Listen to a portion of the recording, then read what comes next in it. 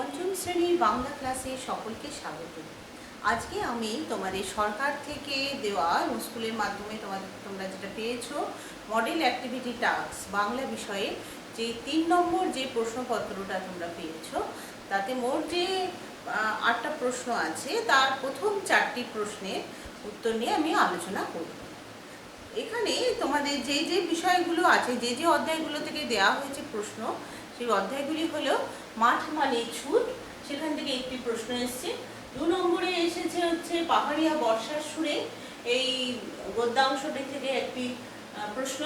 3 নম্বরে এসেছে ঝড় কবিতা অনুসরণে, ঝড় কবিতা থেকে একটি প্রশ্ন। এবং 4 নম্বরে মধু আনতে বাঘের মুখে, এই যে সুন্দর একটা গল্প তোমাদের আছে সেইখান থেকে 4 নম্বরের প্রশ্নটা এসেছে। এই প্রতিটা প্রশ্নই কিন্তু ছোট প্রশ্ন নয়, প্রতিটা প্রশ্নই বেশ বড় উত্তর করে লিখতে হবে, কিন্তু প্রত্যেকটা প্রশ্ন থেকেই এটা বোঝা যাচ্ছে যে ছাত্র বা ছাত্রী সেটা পড়েছে কিনা সেটা কিন্তু যাচাই করে নেওয়া হবে। তো এবার তোমরা নিজেরা নিশ্চয়ই উত্তর লেখা পড়া হয়ে গেছে, তোমাদের ক্লাসেও এগুলো পড়ানো হয়ে গেছে, ক্লাস বলতে অনলাইন ক্লাসে। এবং আজকে আমি এর যে 4টি প্রশ্ন আছে, প্রথম যে 4টি প্রশ্ন সেগুলো নিয়ে আলোচনা করব। এর পরের ক্লাসে আমি তোমাদের বাকি প্রশ্নগুলোর উত্তর নিয়ে আলোচনা করব। আজ প্রথম যে প্রশ্ন হচ্ছে 1 নম্বরের প্রশ্ন হচ্ছে মাঠ মানে ছুট কবিতায় কবির কাছে মাঠ কিভাবে নানান অর্থে প্রতিভাসিত হয়েছে তা আলোচনা করব। নানান অর্থে প্রতিভাসিত হয়েছে সেটা আলোচনা করতে বলা হয়েছে। আমরা কবি কার্তিক ঘোষের মাঠ মানে ছুট কবিতাটা পড়ে নিয়েছি এবং দেখেছি সেই কবিতাটিতে মোট 2টি স্তবক আছে। একটিতে হচ্ছে মাঠ সম্পর্কে বলা হয়েছে, পরের স্তবকে ছুট সম্পর্কে বলা হয়েছে। এখানে মাঠ সম্পর্কে যা বলা হয়েছে তাই এখানে জানতে চাওয়া হয়েছে কিভাবে নানান অর্থে প্রতিভাসিত হয়েছে। প্রতিভাসিত হয়েছে মানে নানান অর্থে সেটা প্রকাশিত হয়েছে, যা প্রকাশ পেয়েছে তাকে বলা হয়েছে প্রতিভাসিত হয়েছে। তো সেটা আলোচনা করতে বলা হয়েছে। আমি উত্তরটা বলছি, তোমরা একটু শুনে নেবে এবং তারপরে তোমরা নিজেদের মতন করে গুছিয়ে লিখে নেবে। মাঠ মানে ছুট কবিতায় কবি কার্তিক ঘোষ মাঠকে নানান অর্থে প্রতিভাসিত করেছে। কেন এইভাবে লিখলাম? যেহেতু প্রশ্নটাতে প্রতিভাসিত হয়েছে বলে জানতে চেয়েছে, তাই আমিও উত্তরটা সেইভাবেই লিখলাম। মাঠ মানে ছুট কবিতায় কবি কার্তিক ঘোষ মাঠকে নানান অর্থে প্রতিভাসিত করেছেন। তারপরে কি লিখব? তার মতে মাঠ মানে হলো মজা, ছুটি, আনন্দে লুটোপুটি খাওয়ার স্থান। হল্লা, হাসি, ঘুম তাড়ানো, মন হারানো বাসি, সবগুলোই কিন্তু কমা দিয়ে দিয়ে লিখবে। নিকেল করা বিকেল আসা দিন, কমা, বাজনার তালে পায়ের তাধিন তাধিন করে নাচার স্থান, সবুজ প্রাণের শাশ্বত এক দ্বীপ, দয় দীর্ঘি প। এবং মাঠ মানে পিপির পিপ করে ছুটে যাবার এক আনন্দময় স্থান। দেখবে তোমাদের যে প্রশ্নোত্তর নিয়ে যে আলোচনা করা হয়েছে, তোমাদের মাঠ মানে ছুট প্রথম দিন কবিতা আলোচনা করা হয়েছে, দ্বিতীয় দিন প্রশ্নোত্তর নিয়ে আলোচনা করা হয়েছে। এবং সেখানে শেষের দিকে যে প্রশ্নগুলো ছিল একটু গুছিয়ে লিখতে হচ্ছিল, সেখানে ভেঙে ভেঙে যে 2টি প্রশ্নের উত্তর আলোচনা হয়েছে তাই নিয়েই কিন্তু এই আজকের প্রথম প্রশ্নের উত্তর, এবং সেইভাবেই তোমরা লিখতে পারো। আচ্ছা, তাহলে মাঠ মানে ছুট কবিতা থেকে যে প্রশ্নটি এসছে সেটা নিয়ে আলোচনা করলাম, বা তোমরা উত্তরটা শুনলে তোমরা এবার নিজেদের মতন করে লিখবে। এবারে 2 নম্বর যে প্রশ্নটা এসছে সেটা নিয়ে আলোচনা করছি। 2 নম্বরে কি বলা হয়েছে? অবশেষে দীর্ঘ যাত্রা শেষে তারা ভগবানের প্রাসাদে পৌঁছল। তারপর কি ঘটলো তা পাহাড়িয়া বর্ষার সুরে রচনা অনুসরণে লেখো। তোমাদের নিশ্চয়ই মনে আছে যে তোমাদের পাহাড়িয়া বর্ষার সুরে যে রচনা অনুসরণে রয়েছে সেটা আমাদের পশ্চিমবঙ্গের যে উত্তরাংশ অর্থাৎ উত্তরবঙ্গ, ওই উত্তরবঙ্গে মেচ, রাভা, এই সমস্ত লেপচা, টোটো, এই সমস্ত যে উপজাতি জনজাতিদের কথা বলা হয়েছে এবং তাদের কবিতা, তাদের গল্প নিয়ে যে আলোচনা করা হয়েছে সেইখান থেকে এই অংশটি এসেছে। এবং এখানে একটা খুব সুন্দর গল্পের কথা বলা হয়েছে যা লেপচা জনসমাজে প্রচলিত, এবং সেই জনসমাজে প্রচলিত সেই গল্পটা থেকেই এই প্রশ্নটা এসেছে। এখানে বলেছে দীর্ঘ যাত্রা শেষে তারা ভগবানের প্রাসাদে পৌঁছলো। তোমরা নিশ্চয়ই এটা খুব ভালো করে পড়ে নিয়েছো এবং তোমাদের অনলাইন ক্লাসে এটা পড়ানোও হয়ে গেছে। উত্তর হবে পৃথিবীতে খরার কারণ জানতে ব্যাঙ, মৌমাছি, মোরগ, বাঘ দীর্ঘ যাত্রার পর ভগবানের প্রাসাদে পৌঁছানোর পর তারা দেখলো সেখানে সকলে ভোজ, আনন্দ, উৎসব প্রভৃতিতে মত্ত। তাদের স্ত্রী ও মন্ত্রীদের মহা আনন্দ। খরার প্রকৃত কারণ দেখে রাগে উত্তেজিত হয়ে তারা ভগবানের কাছে যেতে চাইলে ভগবান রক্ষীদের ডাকলেন। তখন মৌমাছিরা হুল ফোটাতে লাগলো রক্ষীদের মুখে। বাঘ তাদের খেয়ে নেবে বলে ভয় দেখালো, মোরগও ডানা ঝাপটে ভয় দেখালো। তখন ভগবান তার মন্ত্রীদের ডেকে তাদের গাফিলতির জন্য তিরস্কার করলেন। তাহলে তোমরা একটু শুনলে উত্তরটা কিরকম। পৃথিবীতে যে সকল প্রাণীরা, এখানে বলা হয়েছে যে তারা ভগবানের প্রাসাদে পৌঁছাতে, এবার তারা কারা সেটা আমাদের একটু আলোচনা করে দেওয়া উচিত। আমরা সেই জন্য বলে দিলাম যে কারা কারা গিয়েছিল। ব্যাঙ, মৌমাছি, মোরগ, বাঘ। দীর্ঘ যাত্রার পর ভগবানের প্রাসাদে পৌঁছানোর পর তারা দেখলো সেখানে সকলে ভোজ, আনন্দ, উৎসবে মত্ত এবং তাদের স্ত্রী ও মন্ত্রীদের মহানন্দ দাঁড়ি। খরার প্রকৃত কারণ দেখে রাগে উত্তেজিত হয়ে তারা ভগবানের কাছে যেতে চাইল। খরার প্রকৃত কারণকে আমি এখানে এক কথায় বললাম যে এদের এত উৎসব, এত ভোজের, সেই সকল অর্থ কোথা থেকে আসছে? পৃথিবী থেকে সকল ফসল সবকিছু নিয়ে নিচ্ছে বলেই না, আর সেই জন্য পৃথিবীতে খরা হচ্ছে। তো সেই কথাই বলা হয়েছে যে খরার প্রকৃত কারণ।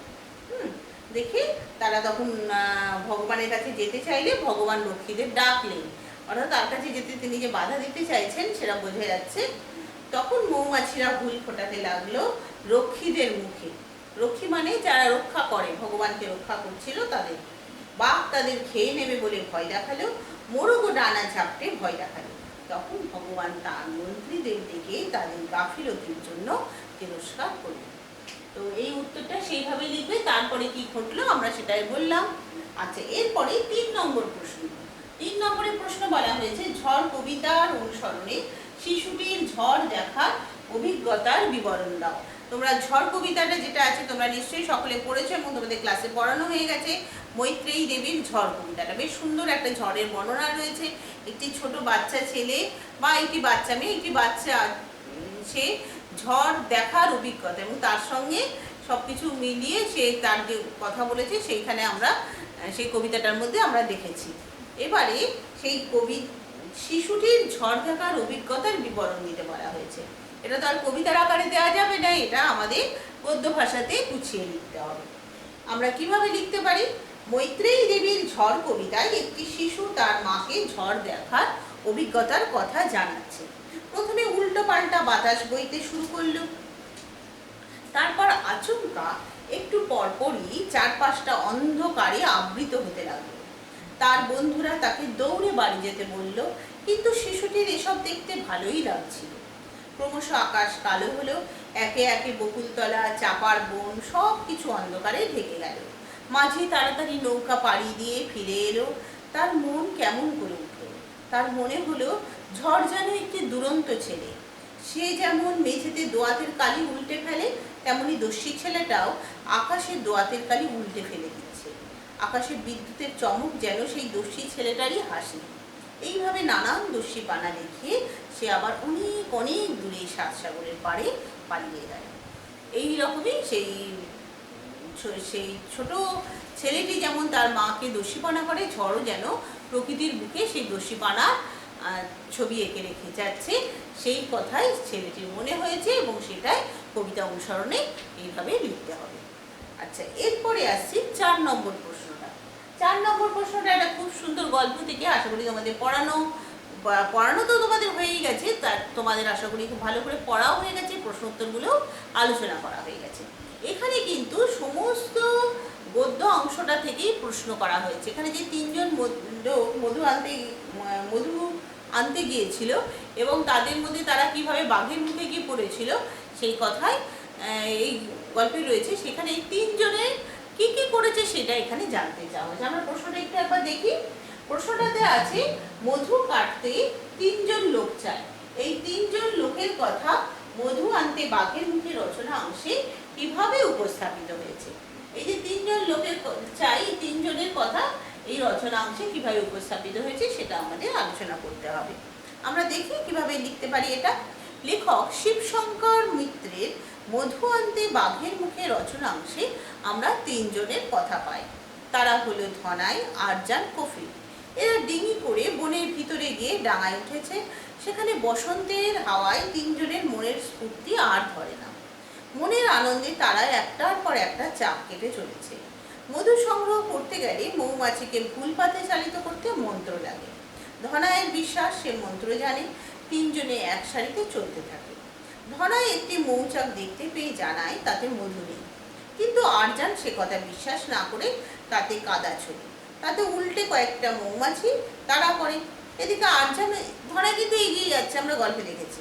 এদিকে আরজান ও কপিল ঝোপের আড়ালে পালায়। এতে আরজান ও কপিল ঝোপের আড়ালে পালায়। ওদিকে ধনায় এগিয়ে গেছে। সে একটি শীষে বা সরু খাদ পার হওয়ার চেষ্টা করতে থাকে, কিন্তু বাঘ তার উপর ঝাঁপিয়ে পড়ে। বাঘটি তবলা গাছের ঠোক্কর এবং মধুর কলস ও শীষে এই সবগুলি কিন্তু তবলা গাছের ঠোক্কর, মধুর কলস, শীষে এসব কাকতালীয়ভাবে ধনাইকে বাঘের থাবা থেকে বাঁচায়। আমরা গল্পটার মধ্যে দেখেছি কিভাবে তাকে বাঁচায়। আমরা অত বিস্তৃতভাবে না গিয়ে এইভাবে লিখলাম যে কিন্তু তবলা গাছের ঠোক্কর, মধুর কলস, শীষে এসবই কাকতালীয়ভাবে মানে যা হওয়ার নয়, কিন্তু কোনো রকমই যেন কিভাবে যেন হয়ে গেল, কাকতালীয়ভাবে ধনাইকে বাঘের হাত থেকে বাঁচায়। ঝোপের আড়ালে আরজান ও কপিল হতভম্ব হয়ে থাকে। তাদের কথা বলা, নড়াচড়া করার শক্তি থাকে না। কাহিনীটিতে এইভাবে আমরা তিনজনকে দেখি। তাহলে প্রশ্নের উত্তরটা আমি আরেকবার বলছি, আরেকবার একটু মন দিয়ে শুনে নাও, তারপরে তোমরা নিজেদের মতন করে লিখো। এবং প্রতিটা উত্তরই তোমরা দেখলে একটু দীর্ঘ হয়েছে, কারণ এগুলো দীর্ঘভাবে প্রশ্নটা করা হয়েছে, বড় প্রশ্ন করা হয়েছে, যাতে ছাত্রছাত্রীরা সেটা পড়েছে কিনা ভালো করে হয়তো সেটাই দেখা হচ্ছে, এবং পরীক্ষকও সেইভাবেই দেখবেন তার লেখা, তোমাদের লেখাগুলো ঠিকঠাক হয়েছে কিনা। লেখক শিবশঙ্কর মিত্রের মধু আনতে বাঘের মুখে রচনাংশে আমরা তিনজনের কথা পাই। তারা হলো ধনাই, আরজান, কপিল। এরা ডিঙি করে বনের ভিতরে গিয়ে ডাঙায় উঠেছে। সেখানে বসন্তের হাওয়ায় তিনজনের মনের স্ফূর্তি আর ধরে না। মনের আনন্দে তারা একটার পর একটা চাক কেটে চলেছে। মধু সংগ্রহ করতে গেলে মৌমাছিকে ভুল পথে চালিত করতে মন্ত্র লাগে। ধনায়ের বিশ্বাস সে মন্ত্র জানে। তিনজনে এক সারিতে চলতে থাকে।